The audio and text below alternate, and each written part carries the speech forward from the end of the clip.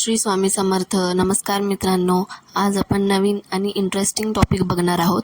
लहानपणी काय व्हायचं, आईला खूप त्रास द्यायचो आम्ही आणि त्यानंतर आई अशी म्हणायची की या मुलांनी ना तर खरंच नाकी नऊ आणलेत. पण हे नाकी नऊ म्हणजे काय हे मला कळायचं नाही आणि या प्रश्नाचं उत्तर मी खूप दिवस झाले शोधत होती. मग हे नाकी नऊच का? आई 5, 7, 10 काहीही म्हणू शकली असती, पण हे नाकी 9 का? ह्याचं उत्तर मी आता शोधलेलं आहे आणि हे तुमच्यापर्यंत पोहोचवण्याचं काम आज मी करणार आहे. जीव कासावीस होणे, घाबराघोबरा होणे या अर्थी नाकी नऊ येणे, प्राण कंठाशी येणे असे वाक्प्रचार आपण सतत वापरत असतो. डोळ्यात प्राण आणून एखादी आई किंवा प्रिय व्यक्ती दूरदेशी गेलेल्या आपल्या लेकरांची किंवा व्यक्तीची वाट पाहत असते. माझ्याप्रमाणे तुम्हालाही कधी असे पोरकट किंवा बोचक प्रश्न पडलेच असतील ना? असो, अथ तो ज्ञान जिज्ञासा. शरीरात व बाहेर सर्वत्र वायूचा संचार असतोच. भारतीय शास्त्रानुसार आपल्या शरीरात 10 प्राणवायू आणि 9 प्रमुख रंध्रे आहेत. ते म्हणजे 2 डोळे, 2 कान, 2 नाकपुड्या, तोंड, मूत्रद्वार आणि गुदद्वार. आणि या प्रत्येक रंध्राशी एक एक प्राण वसलेला आहे. व्यक्तीच्या मृत्यूच्या क्षणी प्रथम या वायूद्वारे सर्व रंध्रातून शरीरात साठलेली मलद्रव्ये ही शरीराबाहेर विसर्जित केली जातात. नंतर ही रंध्रे बंद होऊन सर्व 9च्या 9 प्राण कंठात एकत्र येऊन नाकातून बाहेर जातात. म्हणून नाकी नऊ येणे, प्राण कंठाशी येणे म्हणजेच मृत्यूच्या वेळेसारखा अतिशय क्लेशदायक आणि गंभीर असा प्रसंग निर्माण होणे. यालाच हिंदीमध्ये नाक में दम आना असंही म्हणतात. हिंदू शास्त्रानुसार शरीरात जे 10 प्रकारचे प्राणवायू असतात त्यांचे चलन, वलन, प्रसारण, निरोधन आणि आकुंचन ही महत्त्वाची कार्ये असतात. त्या 10तील मुख्य पंचप्राणवायू आहेत ते म्हणजे प्राण, अपान, व्यान, उदान, समान आणि त्याचे उपपंचप्राणवायू म्हणजे नाग, कूर्म, कृकल, देवदत्त आणि धनंजय. आता आपण मुख्य पंचप्राणवायूंची कार्ये बघणार आहोत. पहिला म्हणजे प्राणवायू. हा वायू हृदयात असून श्वास आत घेणे व बाहेर सोडणे तसेच अन्नाचे पचन करणे हे त्याचे कार्य असते.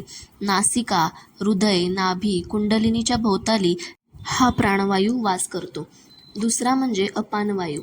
हा वायू मूलाधारात वास करतो.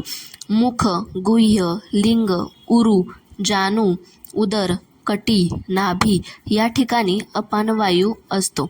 मल, मूत्र, वीर्य विसर्जित करण्याचे कार्य अपानवायू करत असतो. तिसरा म्हणजे समान वायू. हा वायू नाभिस्थानात वास करतो. शरीरास संतुलित ठेवणे हे त्याचे कार्य असते. उदराग्नी व सर्वांगात समान वायू राहतो. चौथा म्हणजे उदान वायू. कंठस्थित असणारा हा वायू शरीराची वृद्धी करतो. सर्व संधी, हात, पाय यामध्ये उदान वायू असतो. पाचवा आहे व्यानवायू. सर्व शरीरांतर्गत देवाणघेवाण करणारा म्हणजे हा व्यानवायू. कर्ण, नेत्र, कंठ, नाक, मुख, कपोल, मणिबंध येथे व्यानवायू वास करतो.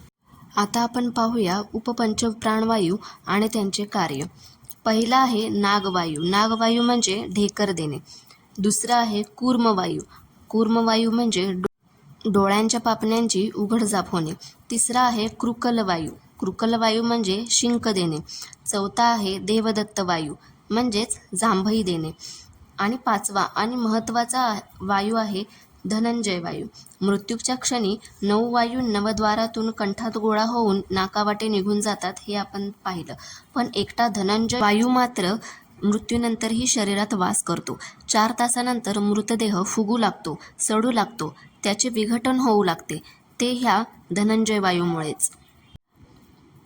मृत्यूसमयी 9 वायू कंठात जमून नाकावाटे बाहेर पडतात आणि 10वा धनंजय वायू शरीरातच राहतो. ही सामान्य प्राणोत्क्रमण क्रिया आहे. काही वेळा अमुक एकाचा प्राण मुखातून गेला असे आपण ऐकतो. खरंच असं घडतं का? तर हो, असेही घडतं, पण क्वचितच. पुण्यवान व्यक्तीचे प्राणोत्क्रमण हे मुखातून होते अशी हिंदू धर्मात श्रद्धा आहे. त्यावेळी मृताचे तोंड वाकडे होते व उघडे राहते. नाभीखालील रंध्रातून प्राण गेल्यास मृत्यूपश्चात त्या व्यक्तीचा आत्मा अधोगतीला जातो.